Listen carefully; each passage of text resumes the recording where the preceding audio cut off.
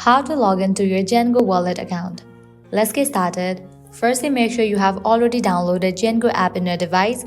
If not, you can head towards the App Store or Play Store. Search for the app ZenGo and install it. Once completion of its installation process, launch the app.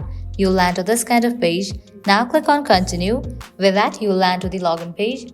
Now over here, you have to type in the ZenGo account's credentials to log into your account. So go ahead and type in your email address. After you type in, if you have referral code, you can click on this option of tap here. If you do have referral code, type in over here and click on apply. ZenGo is the most secure crypto wallet, the only self-custodial wallet with no seed phrase vulnerability. ZenGo's leading MPC wallet provides the best protection available in the crypto industry. Once you type in your email address, click on continue. In the next page, you will need to type in the password, and with that, you will be logged into your account. Well, this is how you can easily log into your ZenGo wallet account. At the end, if you guys find this video helpful, don't forget to like, share and subscribe to our channel. Thank you.